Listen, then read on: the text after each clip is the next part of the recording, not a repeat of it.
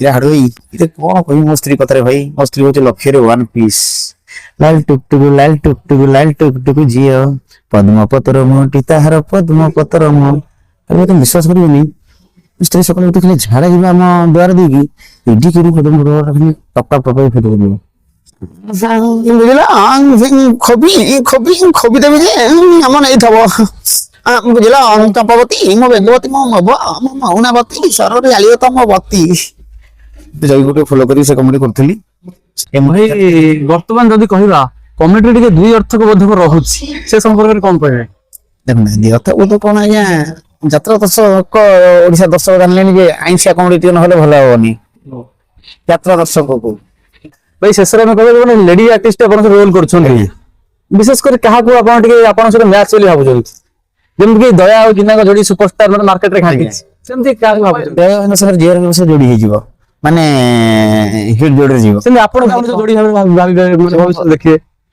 ଦେଖିଆ ଚାଲିଛି ଚେଷ୍ଟା ଚାଲିଛି କିଏ ହବ ଭବିଷ୍ୟତ କହିବ। ମୁଁ ତ ପୁରା ସବୁ ଆର୍ଟିଷ୍ଟ ମାନଙ୍କ ସହିତ ପାର୍ଟ କରୁଛି କରିଛି ବି। ନୂଆ ନୂଆ ଛୁଆ ବାହାରୁଛନ୍ତି ନୂଆ ନୂଆ ଛୁଆ କରନ୍ତୁ ସେମାନେ ଆଗକୁ ଯାଆନ୍ତୁ ଏଇଆ ହିଁ ପର୍ବ। ତଥାପି ଆମେ ଦେଖୁଥିଲୁ ଅପେରା ଶ୍ରୀମନ୍ଦିରରେ ରାଗିଣୀ ମ୍ୟାଡାମ ଅଛନ୍ତି ଆଜ୍ଞା ସିଏ ମଧ୍ୟ ତାଙ୍କ ଟାଇମିଂ ବଢିଆ ଅଛି ଜବରଦସ୍ତ ହଁ ହଁ ହଁ ହଁ ପିଲା ଭଲ ନିଶ୍ଚିତ ନିଶ୍ଚିତ ନିଶ୍ଚିତ ଦେଖୁଛନ୍ତି ତାଙ୍କୁ। ଏ ଦେଖନ୍ତୁ ରାଜନୀତି ଭଲ କମେଡି ହବ ତା ଫିଗର ରାଜନୀତି ଫିଗର କର ଆଉ ବର୍ଷ କମେଡିଆନ ହବୁ ତା କହିଛି ସେ କରିକି ଚାଲୁ ଦେଖିଆ ଭଗବାନ କରନ୍ତୁ ସେଇ ରାଗରେ ପୁଣି ଯିବ ଆର ବର୍ଷ ମରି ପାଟେ କଣ କମେଡି ନ କରିବ। ଭାଇ ଯାତ୍ରା ଆସନ୍ତି ସେମାନଙ୍କ ଡ୍ୟାନ୍ସ କରୁ କରୁ ଲଭ୍ ହୋଇଯାଏ ଆପଣଙ୍କର ଭଲ ପାଇବାଟା ଏଇଠି ହେଇଛି ନା ଭାଉଜଙ୍କୁ ବିବାହ କରିଛନ୍ତି ମାନେ ଦେଖା ଚାହାରେ? ଆଉ ଲଭ୍ କରି ମା ହେଇଛି ଯାତ୍ରାରେ ସେତେବେଳେ ଯାତ୍ରାରେ ସେ ଥିଲେ ଏବେ ତ ନାହାନ୍ତି ସେ 10-12 ବର୍ଷ ହେଲା ଛାଡିଲେଣି ଘରେ ରହୁଛନ୍ତି ଏକଲା ଏଇନା ଯାତ୍ରାରେ। ଭାଉଜ ବି ଯାତ୍ରା ବାଟରେ ଥିଲେ ଡ୍ୟାନ୍ସ କରୁଥିଲେ ମୋ ସହିତ ସେତେବେଳେ ଦୌଡ଼ି ବାଣାଟା ଯେତେବେଳେ ଫାଷ୍ଟ ଷ୍ଟାର୍ଟିଂ ସେତେବେଳେ ଆଉ ଭାଉଜ ବି ଘରେ ରହୁଛନ୍ତି ମୁଁ ତ ଏକଲା ଯାତ୍ରା ଚାଲିଛି। ମୁଁ ଯେତିକି ଅନୁଭବ କଲି ଯଦି ବର୍ତ୍ତମାନ ଓଡିଶାର ଆଗଧାର ଯୋଉମାନେ ଯାତ୍ରା ଆର୍ଟିଷ୍ଟ ଫେମସ ଅଛନ୍ତି ଆପଣ ସେମାନଙ୍କୁ ଟିକେ ଫଲୋ କରୁଛନ୍ତି।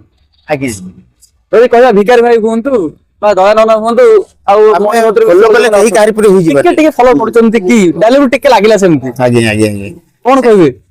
ନାଇଁ ଦେଖନ୍ତୁ ଆଜ୍ଞା ଫଲୋ ତ ଫଲୋ ତଥାପି ମୁଁ ଯେତିକି ପାରେ ମୋ ନିଜ ଚେଷ୍ଟାରୁ କରେ ଆଉ ଦୟା ହେଲା ତ ଗୁରୁ କି ଗୋଟେ ଭଲ ଭିତରେ ମାନେ ବହୁତ ସମ୍ମାନ ଦେ ସେମାନେ ସବୁ ସିନିୟର କଳାକାର ତାଙ୍କ ନମସ୍କାର ବହୁତ କିଛି ଆମେ ତ କଳାର କିଛି ଜାଣିନୁ ନା ଆଉ ତାଙ୍କୁ ମଝିରେ ମଝିରେ କେତେବେଳେ ଟିକେ ଫଲୋ କରିବାକୁ ପଡେ।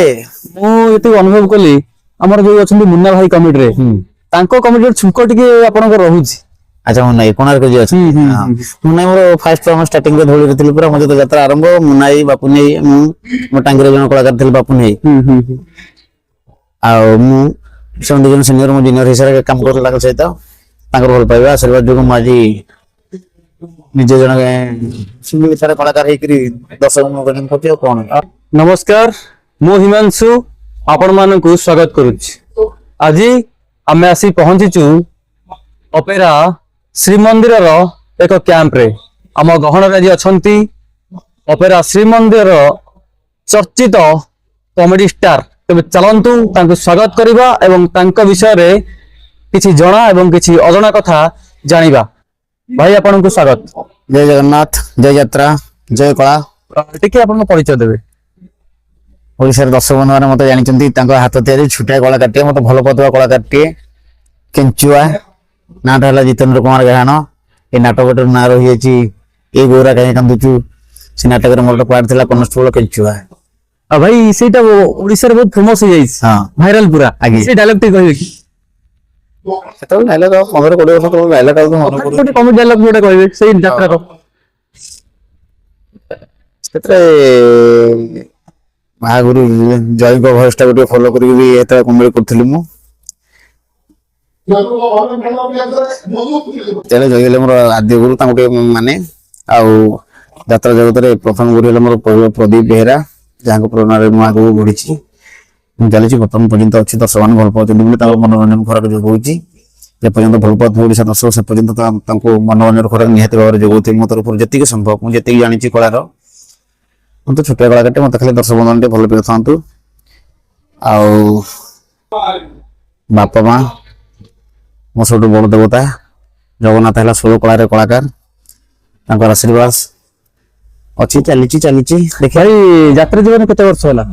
ଯାତ୍ରା ଜୀବନ ଏଇଟା ଲଗେଇଲେ ମୋର ଶ୍ରୀମନ୍ଦିର ଲଗେଇଲେ ପ୍ରାୟ ହେଇଗଲାଣି 17-18 ବର୍ଷ ଯାତ୍ରା ଜଗତ ହେଇଗଲାଣି ମୋର। ପ୍ରଥମ କୋଉ ବାଟରେ ଜଏନ କରିଥିଲେ? ଧଉଳି ଗଣନାଟ୍ୟ ଆମ ଘର ପାଖରେ, ମୋ ଘରଟା କବାଟ ବନ୍ଧ, ମୋର ସେ ଘର ପାଖରେ ଡୁବୁରି ଏରିଆରେ ସେତେବେଳେ ରିହର୍ସାଲ ହଉଥିଲା। ଆଉ ଧଉଳି ବାଟ ପ୍ରଥମ ଜଏନ କରିଥିଲି ଗୋଟେ ଡ୍ୟାନ୍ସର ହିସାବରେ, ତାପରେ ଡ୍ୟାନ୍ସ କମେଡି ଦୁଇଟା କମେଡି କରୁଥିଲି, କମେଡି ପାର୍ଟ କଲି 10 ବର୍ଷ 12 ବର୍ଷ ହେଲାଣି କମେଡି କରୁଛି। ମୋର ପ୍ରାୟ 17 ବର୍ଷ ଭିତରୁ ମୁଁ 5 ବର୍ଷ ନାଚିଛି, ତାପରେ କମେଡି ଭଗବାନ 10-12 ବର୍ଷ ହେଲା ମୁଁ କମେଡି କରୁଛି ଓଡ଼ିଶା ଦର୍ଶକ ବନ୍ଧୁମାନଙ୍କ ପାଇଁ। ସେମାନେ ଯେପର୍ଯ୍ୟନ୍ତ ମତେ ଭଲ ପାଉଥିବେ, ମୋ ତରଫରୁ ଯେତିକି ସମ୍ଭବ ମୁଁ ତାଙ୍କୁ ନିହାତି ମତେ ଯେତିକି ହବ ସେତିକି ମନୋରଞ୍ଜନ ଖୋରାକ ନିହାତି ଯୋଗେଇବି। ଘରେ ବର୍ତ୍ତମାନ କିଏ କିଏ ଅଛନ୍ତି? ମୋର ବାପା ମା ଅଛନ୍ତି, ବଡ ଭାଇ ଭାଉଜ, ତାଙ୍କର ପୁଅଟେ ଝିଅଟେ, ଆଉ ମୋ ଫ୍ୟାମିଲି।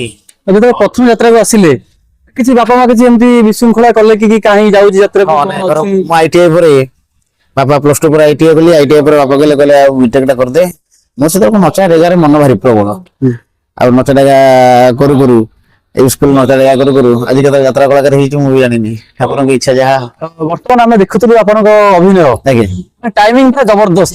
ଆପଣଙ୍କର କମେଡି ସିନ୍ ଟା ଦେଖିଲେ ଆଜ୍ଞା ଲାଗେନି କି ଆପଣ ଡାଇଲଗ କୁ ଡେଲିଭରି କରୁଛନ୍ତି, ଲାଗେ କି ଆପଣ ଇନଷ୍ଟାଣ୍ଟ କମେଡି କରୁଛନ୍ତି? କଥା କହିବା କଥା କହିଲେ କେମିତି ହବ? ଆଉ ସେ ଯୁଗ ଥିଲା ଅଲଗା, ବର୍ତ୍ତମାନ ଯୁଗ ହେଇଗଲାଣି ଅଲଗା। ପପୁ ଭାଇ ଯେବେଠୁ ଆସିଲେ ଗୋଟେ ଯାତ୍ରା, ପପୁ ପ୍ରଜ୍ଞ ଏମାନେ ସବୁ ଯାତ୍ରା ଗୋଟେ ନୂଆ ଭେରିଏସନ, ସେମାନେ ସିନା ସେ ସିରିଏଲ କଲେ, ତାଙ୍କୁ ବି ଆମର ଦୟା ଭାଇ ଯାତ୍ରା ଗୋଟେ ସ୍ୱତନ୍ତ୍ର ଆମର ମଡୁଲେସନ କଳାକାର ଭିତରେ ସେ ବି ଗୋଟେ ଅଲଗା ଟାଇପର ତାଙ୍କ ମଡୁଲେସନ, ତାଙ୍କୁ ଦର୍ଶକ ମାନେ ବହୁତ ପୁରୁଣା ଆଗରୁ ଚିହ୍ନିଥିଲେ। ଆଉ ମୁଁ ଚାहे କାହାକୁ ଫଲୋ କରିକି ଆମେ ସେତିକି ଆଗକୁ ଯିବାନି, ଯାଇପାରିବାନି। ଆମେ ନିଜକୁ ନିଜେ ଚେଷ୍ଟା କଲେ ନିଜ ବୟସରେ ଯେତିକି ହେଇପାରିବ ସମ୍ଭବ, ଯେ ଦର୍ଶକ ଚାହିଁଲେ ସେ ବୟସ ଆପଣଙ୍କୁ ଜାଗାରେ ପହଞ୍ଚେଇଦବ। ଭାଇ ଆପଣଙ୍କର କେତେ ଗୋଟି ନାଟକ ବର୍ତ୍ତମାନ ଟିଭିରେ ଟେଲିଭିଜନରେ ପ୍ରସାରିତ ହୋଇଛି? ମୋର ପ୍ରାୟ 20 ଖଣ୍ଡ ନାଟକ ବାଜିଲାଣି ଟିଭିରେ।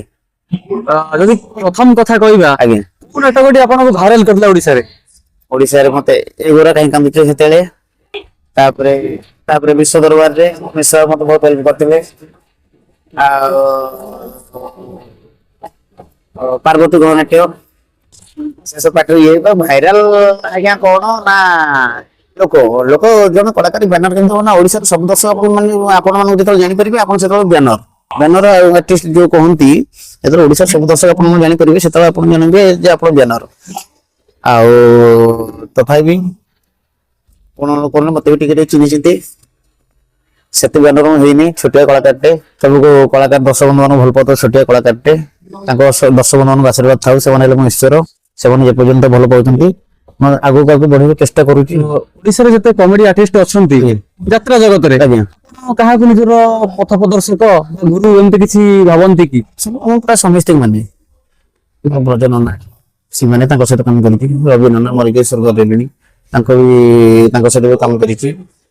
ଆଉ ଜଗନ ଭାଇ ତାଙ୍କ ସହିତ ବି କରିଛି କମେଡି ଟଙ୍କା ହେଇକା। ଆଉ ପ୍ରାୟ ସବୁ ଫାଦର ଆର୍ଟିଷ୍ଟ ସହିତ ମୁଁ କରିସାରିଲିଣି କମେଡି, ସମସ୍ତଙ୍କ ଆଶୀର୍ବାଦ ଅଛି। ଆଉ ଆମେ ଭାରି ମିକ୍ସିଂ କମେଡି କଳାକାର, ମିକ୍ସିଂ ଆମ ସହିତ ମିଶି ଯାଉ, କିଛି ସେମିତି ଟେନସନ ନାହିଁ। ଏ ବର୍ଷ ଅଛି ଶ୍ରୀମନ୍ଦିରରେ, ଶ୍ରୀମନ୍ଦିର ନାଟକ ଗୁଡା ପୁରା ବହୁତ ଜବରଦସ୍ତ ହେଇଛି, କମେଡି ସିନ୍ ଗୁଡା ଭଲ ହେଇଛି। ଆପଣ ମାନେ ଆସନ୍ତୁ ଦେଖନ୍ତୁ, ଆପଣଙ୍କ ଘର ପାଖରେ ପଡିଲେ ଆମ 3 ଖଣ୍ଡ ନାଟକ, ପରିବାର ଦେଖିଲା ଭଳିଆ ନାଟକ, ଶିଖିଲା ଭଳିଆ ନାଟକ ଆପଣ ଦେଖିବେ। ଆମକୁ କହିବେ ନାଟକ ହେଇଛି ଆମର କହି ଦାସ ଜଗନ୍ନାଥ, ଜାନୁଆର, କଳାକାର ହଉଛି ଯଶୋଦା କୋଳେ, ହସ୍ତିନାପୁର ଲାବଣ୍ୟ, 4 ଖଣ୍ଡ ନାଟକ ଭିତରେ ସବୁ ନାଟକ ଜବରଦସ୍ତ ହେଇଛି। ଆମ ସବୁ କଳାକାର ଯେତେବେଳେ ପରଫର୍ମ କରିବାକୁ ଯାଉ ସମସ୍ତ ମନରେ ଗୋଟେ ଯେ ଆମେ ନାଟକ କେମିତି ଭଲ କରିବା।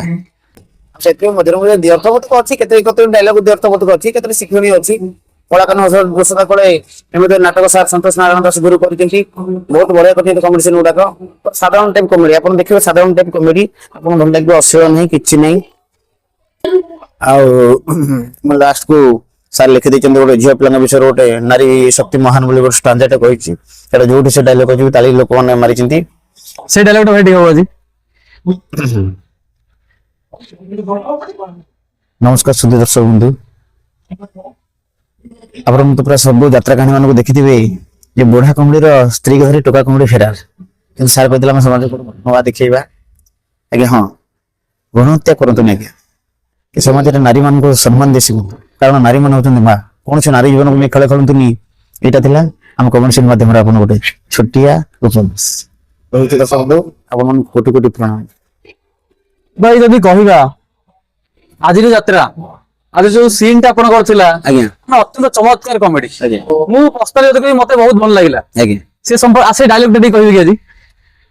ଦେଖନ୍ତୁ ସେ ଡାଇଲଗ ତ ପ୍ରାୟ ଦର୍ଶକ ଏ ନାଟକ ଯୋଉଠି ହବ ଦେଖିବେ। ଆଜି ଯୋଉ ନାଟକ ଚାଲିଛି ସେଇଠି କହିଲେ କମେଡି କମେଡି ଖାଲି ଜୋର ତ ଗୋଟେ ନୁହେଁ। ଆମେ ଯୋଉ କରୁଛେ କମେଡି କଣ ଧର ଆମେ ଗୋଟେ ଇଏ ଆମ ସମାଜକୁ ଶିକ୍ଷା ଦେବା ଗୋଟେ ଗୋଟେ ସିନ୍ କରିଥିଲେ ହାଇଡ୍ରୋସ୍ ଗୋଟେ ସିନ୍ ଶିବାନନ୍ଦ କରିଥିଲି ପ୍ରଧାନଙ୍କର ସେ କମେଡି ବହୁତ ବଢିଆ ସିନ୍। ଅଶ୍ଳୀଳ ନାହିଁ ଅଶ୍ଳୀଳ ନୁହନ୍ତି ଆଜ୍ଞା। ଅଶ୍ଳୀଳ କାହା କହନ୍ତି ନା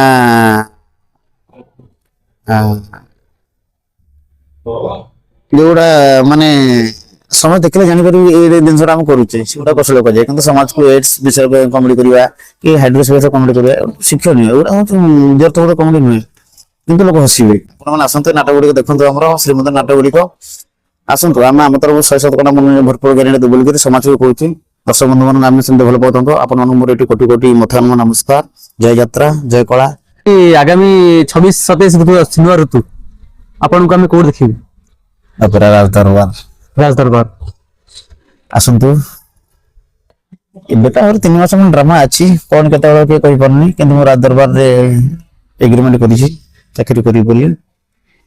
8 ବର୍ଷ ମତେ ରାଜ ଦରବାର ଦର୍ଶକ ମାନେ ଦେଖିବାକୁ ପାଇବେ 2026-27। ଆଉ ସେଠି ଗଲା ପରେ କଣ হবে ସେତିକି ଦିନ ବଞ୍ଚି ସାରେ ଆଜ୍ଞା ଆସନ୍ତା କାଲି ତ କିଏ ଦେଖିନି ନା ସେତିକି ଦିନ ବଞ୍ଚି ସାରେ ତାପରେ ଦର୍ଶକ ବନ୍ଧୁ ନୁହଁ କୋଉଠି ଆର ବର୍ଷ ଯିବି ନିଶ୍ଚିତ ଜାଣିବେ। ରହିଲି ଦର୍ଶକ ବନ୍ଧୁ ଆଉ କିଛି କହିପାରିବିନି। ମୁଁ ଯାଉଛି ଗୋଟେ ସିନ୍ ପଡିବ ଏଇଠି ଆଉ ଯା ପୁଣି ଯୋଉଠି ହେଲେ ଦେଖା ହବା। ଜୟ ଜଗନ୍ନାଥ ଜୟ ଯାତ୍ରା ଜୟ କଳା ନମସ୍କାର।